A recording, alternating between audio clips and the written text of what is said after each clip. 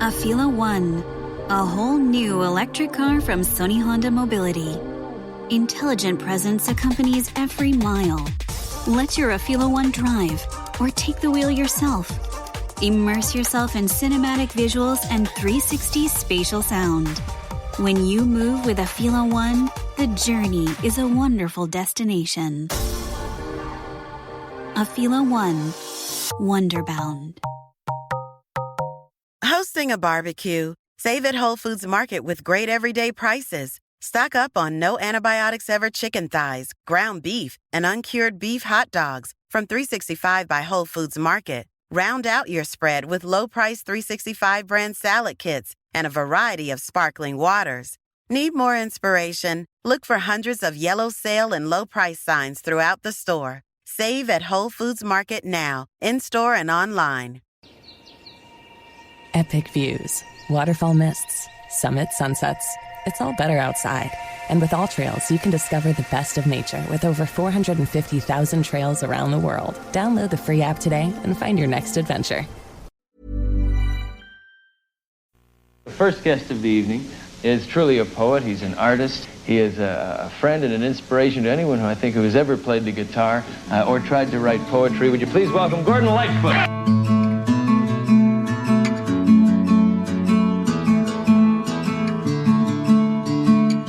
I'm not ashamed to say that I've loved you well. I'm not ashamed to let you know I'm just a name, that's all. Scratched upon your wall. You've used it well, but what the hell? That's what walls are for. This is Carefree Highway Revisited, the show that celebrates Gordon Lightfoot's music song by song, a proud member of the That's Not Canon podcast network. I'm your host, Mike Messner, and with me today is a fellow Lightfoot fan from Portland, Oregon, Clover Cameron. Clover, welcome to Carefree Highway Revisited. Thank you. How did you first get into Gordon Lightfoot's music? You know, I don't even remember the first time I heard his music. I was born in 1973, and my parents actually tell a story about my uncle coming to visit and help out when I was born, and he was a pretty good musician, and he had recently discovered Lightfoot, and he introduced them to him, I believe, on that trip. So he's literally been around in my life my whole life. That's fantastic. Very similar to me. I was born in 1972, and I can remember hearing him as early as 3 years old. So awesome. What to you is the thing that keeps you listening, or the thing that drew you and still draws you to Gordon's music? You know, I feel like he speaks to me where I'm at, no matter where I am in life. Of course, you can relate to this, being virtually the same age as me. You go through a lot of stages in life, and it feels like there's a song for every stage, or there's an album that I will gravitate to. Walls first became meaningful to me really in high school. It really spoke to me where I was at then. There was an album of his, Cold on the Shoulder, that I was obsessed with in college. Now I find myself going back to some of his very, very early stuff. I've been listening to Boss Man lately. Yeah, me too. Me too. So, yeah, it just feels like he has such a range of material that covers such a broad portion of the human experience that there's always something. Well said. I mean, people have said the phrase soundtrack of my life, and it's become a bit of a cliche, but I think, Lightfoot speaks to a lot of us that were born in the early 70s, and we've just continued the journey with him as we're continuing our own journey. What about your experiences seeing Lightfoot perform? I was trying to figure out how many times I've seen him perform. Probably somewhere between half a dozen and 10. I don't remember the exact count. I didn't start saving ticket stubs until I was in my 20s. So I think that's when it starts to become a token that, right, hey, right. I have that. I don't even know if people still do that anymore. I don't know either. I haven't been to a show in quite a long time. Well, yeah, and it's also, there's so much that's done on devices now that you can say pictures or, videos or something like that. You've met Gordon on at least one occasion, if I remember correctly. What was that experience like? It was actually kind of a crazy experience how it all happened. We went to his show. We got there a little bit early. We were chatting with the people in the seats next to us, and the woman next to us wasn't a huge fan of his. She was somebody who was just kind of connected in the music business, and she'd gotten tickets to the show, and she had a backstage pass, and apparently she'd been thinking about giving it to us from when she first started talking to us. And then at intermission, she ran into my mother in the restroom, and she took that as kind of a sign. And she's like, I want you guys to have my backstage passes. I think it would mean much more for you to meet him than for me. So that's how we wound up meeting him. Twist of fate. Total twist of fate. What are the odds? I was mostly taken by how small he was. He wasn't very tall, and he'd been such a towering figure in my mind. I think that I was probably in my late teens at that point, and I expected him to be, 12 times the size of God. And he's just an ordinary man, to quote him. Yeah, that's exactly what I was thinking a minute ago. Someone said never meet your heroes because you're bound to be disappointed. But it sounds like at least the performance that you saw that night did anything but disappoint. Am I right in thinking that? Yeah, I've never seen a bad show from him. That's great. Now, you wanted to talk about walls, and you alluded to the idea that it was really meaningful to you when you were in high school. A second or two ago, you said that. Any anecdotal stories having to do with the song that you want to share here? Well, when I met him, I actually said something to him. I'd seen him several times at that point, and I said, "Hey, why do you never play walls?" And he gave this kind of weary little laugh, and he said, "It's too depressing." It's not the happiest song he's ever written. That's certainly true. But I mean, when you were in high school, why did it mean so much to you? I found myself thinking about this a lot last night. Like, why did I love that song so much? And I still love the song, don't get me wrong, but now I tend to be more attracted to this song just because it's a great song. It has a great sound to it. It's just a cool song. Like, even if it was in some other language and I didn't understand the lyrics, I'd think, this is a great song. There's some cool musicianship going on in this song. But at that point in my life, I was thinking back on this. I was 25 before I had my first requited crush. Oh, okay. I was like one of those sad little nerds who was always madly in love with someone who didn't know I existed. Mm-hmm. And there actually aren't a lot of songs for people in that situation. If you think about the songs that are out there, there's songs about being happily in love. There are songs about love lost. But there aren't a lot of songs about when you're that person who's into somebody who's not into you. And I found it a very affirming song. He was like, it's fine. I'm not ashamed. And to me, that was a message. Don't be ashamed. This is a thing that happens. This is human experience. I found it encouraging that Gord's been through this. I can survive.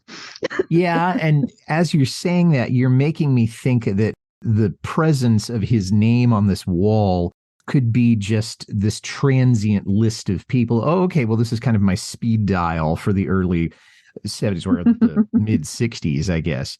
Although I had a slightly different take on what the whole thing is for. Yeah. You talked about the musicianship, and the thing I liked about it is that it showed him in really vocal prime. I mean, the melody just goes all over the place, and it's certainly not a boring song to listen to. It breaks a lot of the rules that I was taught when I took music theory in college, saying, okay, you're not supposed to have an interval between notes that goes further than a fifth. And it's pretty obvious to me that he's jumping way beyond that, but it worked. So more power to him. What to you is the best setting in which to listen to the song? Would it be while you're working, while you're driving, outside, inside, daytime, nighttime? All of his music is road music to me. I grew up always living a decent distance we'd do the big trip to town to shop for groceries. We lived in the country for much of my life. And even at the times in my life when my parents and I couldn't agree on anything else, there was always Lightfoot. So he was always playing in the car. And I can think of so many nights sitting in the backseat, driving along the river road, singing along with my dad. Would make these wonderful mixes of just lots of different stuff from lots of different albums. There's still times I'll be listening to him and a song will play and I'll expect the next song to be a certain song. And I'm kind of surprised when it's not, because I heard it on my dad's mix in that order so many times. When we do mixtapes, which is another 80s thing, you're so used to hearing things in a certain sequence so that when the next song on the radio or somebody else's CD or whatever it might be, you're saying, wait a second, you just flipped the record or you put a new record into the machine or whatever. Yeah, driving for me also, and I get a lot of this when I'm driving through Northern California on the way to where my in-laws live, which is right on the Oregon border, and we have to drive through the redwoods.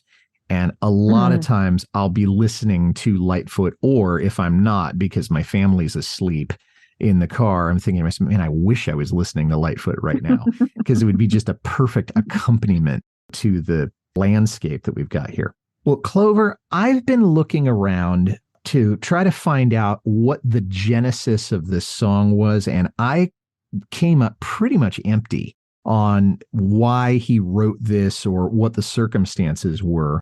But while I was doing the research, a thought struck me, which is that this is kind of the total opposite of For Lovin' Me, where in the For Lovin' Me, you have this very nasty attitude saying, I got you.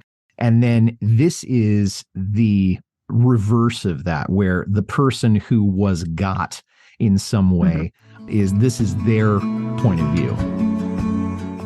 We'll be right back to our conversation about walls with Clover Cameron. But first, a word from a podcast partner or two.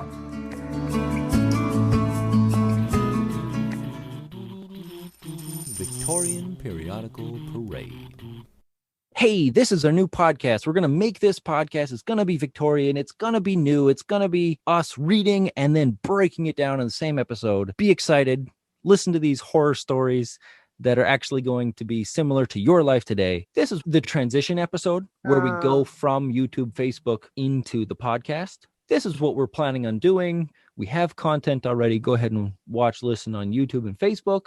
But now it's pretty much just audio only. So we're going to bring it to you in an audio format. And here it is. We're going to narrate a book, and then we're going to break it down into the things that you have learned about the Victorian era, and then the crossover between the Victorian era everyday life to the 21st century everyday life, right? Victorian Periodical Parade.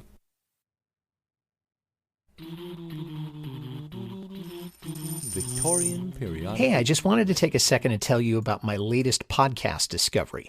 Firebreathing Kittens is an actual play one-shot podcast that plays various tabletop role-playing games with a season-long plot. Because there's a beginning and an end to each week's story, you can start at any episode. Yeah, you won't miss a thing. Every week has a different combination of 4 from the same rotating cast of people. Join Firebreathing Kittens as they solve detective mysteries, attempt comedic banter, and enjoy friendship. That's Firebreathing Kittens podcast. Check it out. Well, let's get into the lyrics a little bit. I'm not ashamed to say that I've loved you well. I'm not ashamed to let you know. I'm just a name, that's all, scratched upon your wall. And my initial response to this was, this person, and ostensibly it's a woman that he's talking about, it really gets around, and she has him on the wall as if it was a notch on her belt or an achievement or something to say, okay, I've conquered this. And scratched upon your wall means that it was done kind of casually, not as if this is anybody that was really honorable. It was just kind of, okay, one more down, check the box. So am I on the right track there? Yeah, feeling kind of used. Yeah, and abused. You've used it well, but what the hell? That's what walls are for. It's a trophy case for this woman. Yeah. It's a display saying, okay, Gordon, Manny, Mo, Jack, and, this probably very long list. And again, it harkens back to, I've had 100 just like you. Yes. To quote him. Yeah. I'm not ashamed to listen to the fast falling rain in the morning upon my window. I'm not afraid to cry. And I'm thinking about his tears being the rain rather than the actual rain, because I don't know why anybody would be ashamed of listening to the rain. We all do it, or at least we hear the rain. Do you think he was taking the metaphor that far? So my degree is in English. I wrote a lot of poetry when I was younger, and I tend to think that it's easy to assign too much meaning to lyrics when sometimes they're just going for what sounds cool, what evokes a vibe. And I feel like, of course, there would be rain falling in a bitter little song like this. Yeah. Yeah, actually, or snow might be another one. Or snow. Yeah, but it certainly wouldn't be, hey, this is not wherefore and why. Right. Where I woke this morning, something told me this would be my day. I'm not ashamed to try to be your friend once again, because that's what friends are for. This is a little sarcastic. This is something that our generation talks about is the friend zone. When you have a crush on someone, it sounds like you and I have both had that circumstance, and they're just not that into you. And if there is any sort of confrontation or sort of discussion about it, you're put in the friend zone. And I hear about that from men saying, I've been put in the friend zone. I don't hear it by a woman. I don't hear it quite as much from women. And maybe he feels like this is the only way he can stay in touch with this person is to be her friend. But there's just, it seems like, well, that's what friends are for. And again, I may be reading too much into it. Any thoughts on that particular lyric? Wow, I have to separate my own memories and interpretation from what he might have meant. Because for me, it evoked a very particular person who was a dear friend of mine, and we hadn't been involved, but I'd been as in love with him as someone that age could be. It all seems very naive now, but I wanted to keep being his friend. And he, in kind of turning down my interest in him, he was kind about it. It was just an awkwardness to get through. So to me, it was, how do we get back to this place where we can be friends again? And then I see the pivot to that's what friends are for. And then he goes into something different. And friends are for sorting out the hangups that we hide. He does that neat little pivot a few times where he's talking about one thing and then he moves on to something else without ever wrapping up the original question. He kind of does that a little bit with every verse. That's what walls are for. And then walls are for something else other than what he was talking about. It's a neat little trick. So I don't know quite what meaning I'd ascribe to him in those lyrics again. The question for me is, friends are for sorting out the hangups that we hide. Walls are for shutting out the love we feel inside. And that's beautifully said. And I do enjoy the pivot there in lieu of a chorus. He's just kind of using that structure a couple of times. It makes you wonder, though, is this woman going to let him help her sort out her hangups, or is she pushing him behind a wall and moving on? I think it's definitely the second one. Yeah. But it is that whole idea of the wall. Now, it's not just a place to post things. It's also a place where you shut yourself away from the world or away from something you don't want to feel. I actually have kind of a funny anecdote about that particular line about shutting out the love we feel inside. When I was at the age where I was really into that album, I'm also a pretty good amateur calligrapher, and I had things all over my wall in my room, poems and song lyrics and things like that I'd written and decorated in various ways. It was definitely an outlet for all of my big feelings. And I had written the lyrics to that song on my wall, but it happened that we didn't have a lyric sheet for that album. It had gotten lost in the shuffle somewhere and been replaced by something else. So I didn't have access to the lyrics for that song. And I thought the lyrics were walls are for shouting out the love we feel inside, because I thought you wrote it on the wall. You wrote the name of the person you love on your wall. You wrote the things you couldn't say to people on your wall. Oh, like a graffiti wall. Exactly. Yeah. Okay. Walls are for shouting out. Yeah. And in a way, I mean, you could say that a wall would be like a canvas or a blank page. Yeah. And I carefully picked a writer metaphor there, but I knew you'd appreciate. I'm not ashamed to talk it over once again, to rearrange my vocabulary. And I have to stop there for just a second. I think that's the first time I ever heard the word vocabulary used in a song, because there's 5 syllables. I mean, it's 4 syllables more than most pop songs words had in those days, and maybe even now. And I think it says a lot that he was able to fit it in and make it work. But he's trying to express how he feels to this woman because he's apparently tried to express how he feels about her in all kinds of different ways, and she's just not getting it. Either she's not getting it or she's not even trying because she's just not that into him. Right.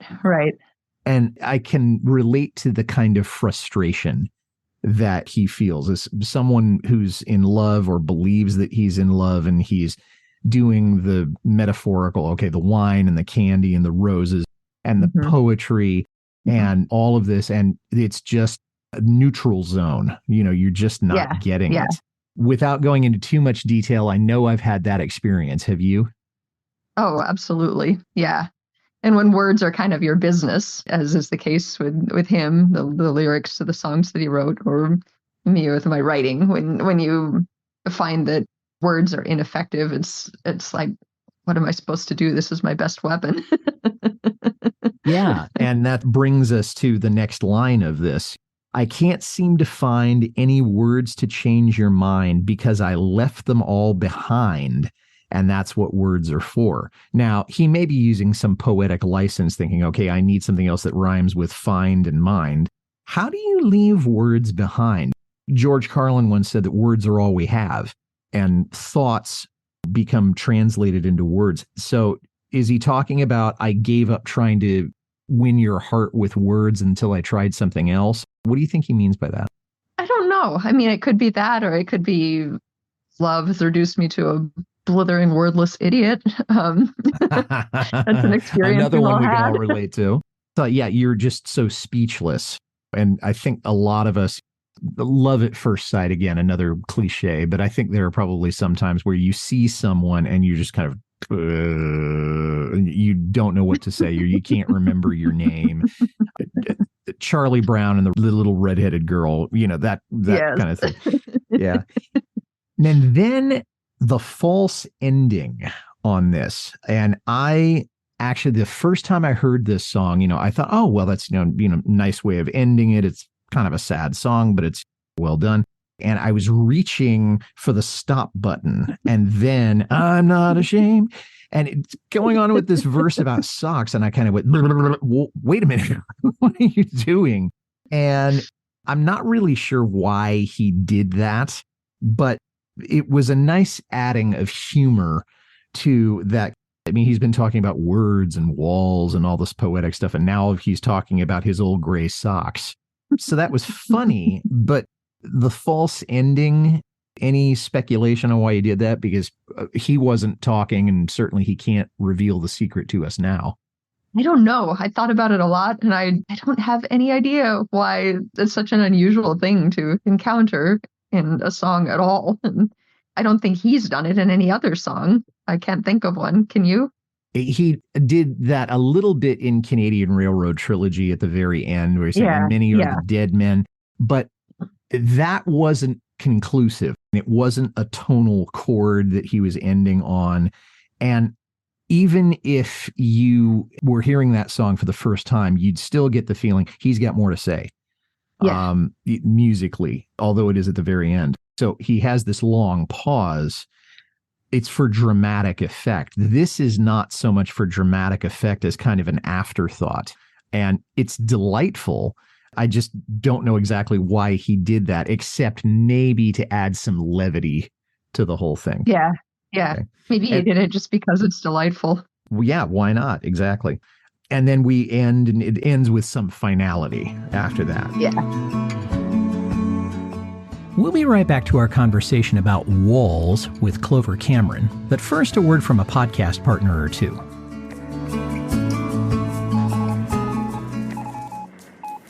In 1942, when the world needed a hero to fight the forces of evil, a woman had the courage to step forward. Her name was Helen Meeker.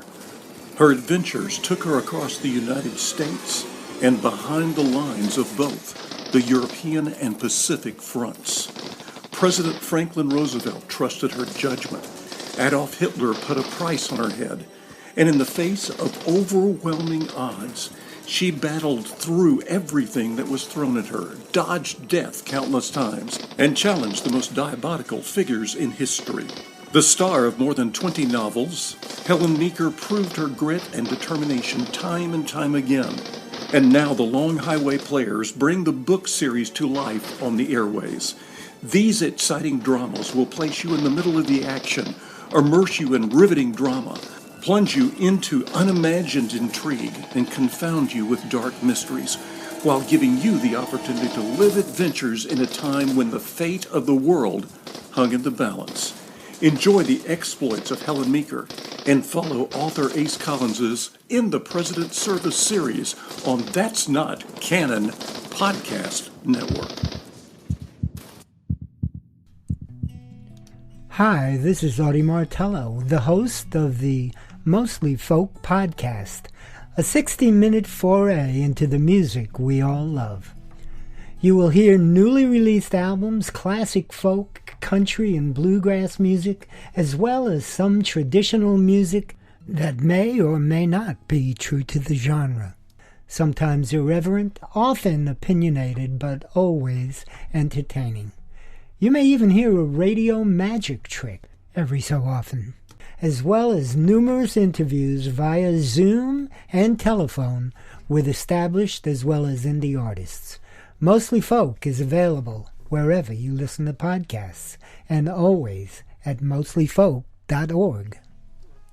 Well, the song was on The Way I Feel, and you were talking about getting into his early stuff. This is pretty early in his career. Yeah. It was his second original album. It was recorded in 1966 and then released the following year. John Cort was the producer. I think he had produced the first Lightfoot album, but according to the people that were there, John Cort might as well not have even been there. That Gord and Red and John Stockfish and Charlie McCoy and anybody else who played on that, they were pretty much handling things. So this is a not particularly produced, with a capital P, record. Sure. It was the first song on the record. It was not released as a single, and the false ending may have been the reason for that, or maybe the record company just said, we're not hearing any singles on this. And the album didn't chart anywhere, but it did show that he was progressing as a songwriter. We talked a lot about the words. Is there a musical aspect of the song that you really liked? I like the counterpoint to the words are about this kind of serious, weighty, depressing subject. And then it's got this very lilting kind of rhythm. It has great energy. It kind of reminds me of a Smiths song in that way, like this real downer of a song, but it sounds great. It's almost cognitive dissonance when you think about it. Yeah. I mean, you've got this upbeat musical arrangement and these really sad lyrics about heartbreak and all the rest of that and being used. And I think about what Richie Havens said when he recorded the San Francisco Bay Blues. And if you think about it, I got my blues from the baby about the San Francisco Bay. An ocean liner took her so far away, or however it sounds. And it's this bouncy, upbeat song. And Havens heard that song and said, this is terrible. Because if I were recording this, I certainly wouldn't be doing it like that. And then so he went on to record it. I got the blues from my baby down by the San Francisco Bay. And it's a lot more soulful. Somber. Yeah. Yeah. Somber. Okay. Might be another way of saying it. Yeah. I think my favorite musical aspect of it is I didn't hear any drums or percussion on this, and he didn't need it. Yeah. John Stockfish and Gordon's 12-string were providing all the rhythm you needed. And then I liked Charlie McCoy's harmonica solo. I wasn't sure that it was necessary, but I thought it was a nice touch. Yeah, it's cool.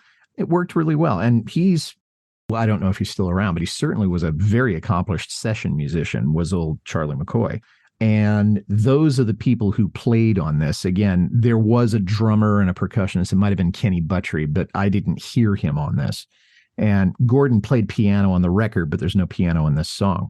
The thing that got me about this, you had said in our correspondence that Lightfoot didn't play the song anymore because it was too depressing or too sad. What stunned me, Clover, he only played the song one time. One time. Live, yes. And that was way back in October of 1968, just up the road from me. at the Fillmore West, which of course has since shut down. And I'm wondering, I kind of feel like he could have given it more of a tryout in front of live audiences. Yeah. Any thoughts on that? Wow.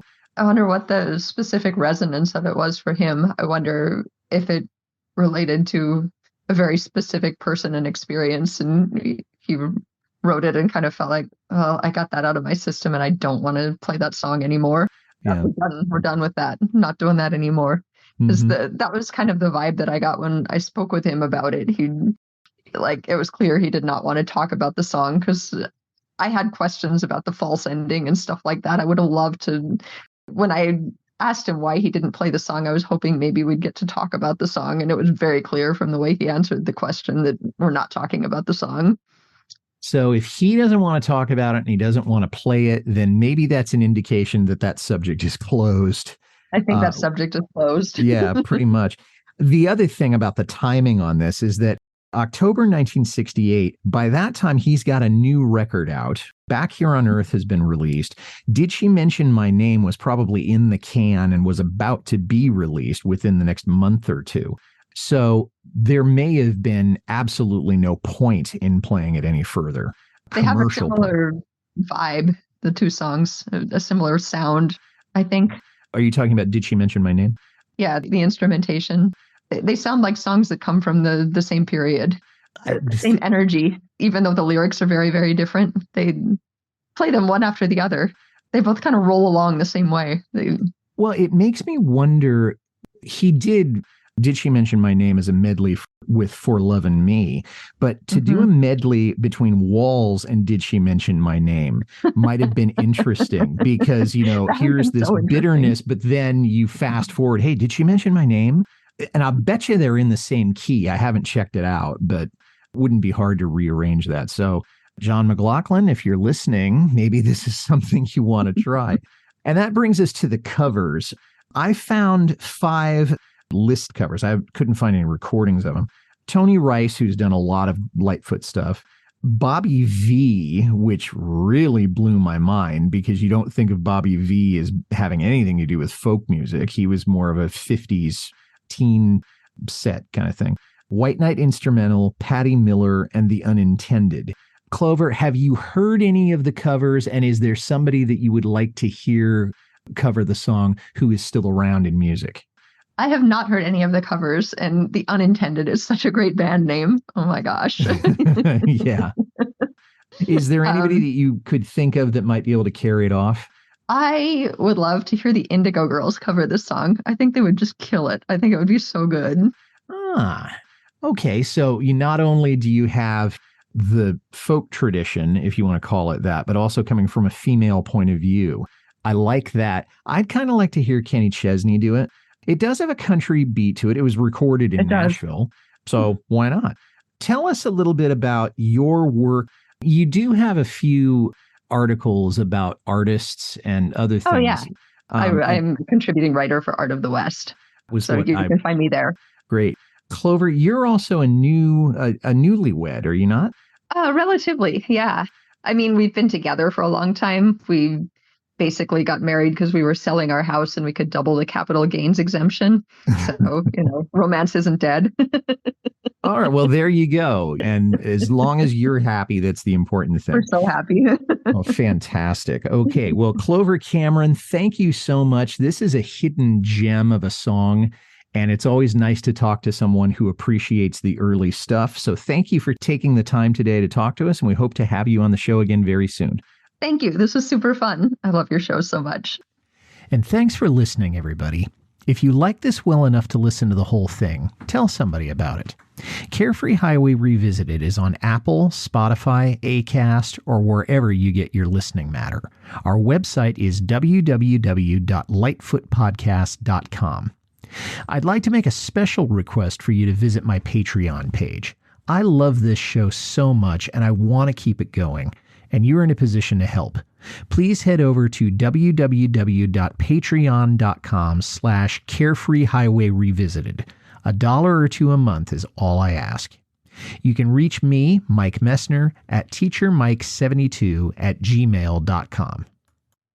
Well, our next episode will be coming out in late September, and it will feature my guest Tim Golding from Mechanicsburg, Pennsylvania. And he and I will be discussing highway songs from the old Dan's Records album, which came out in 1972. Until then, for Clover Cameron, this is Mike Messner reminding you, run for the roses, but don't forget to stop and smell them. We'll see you next time.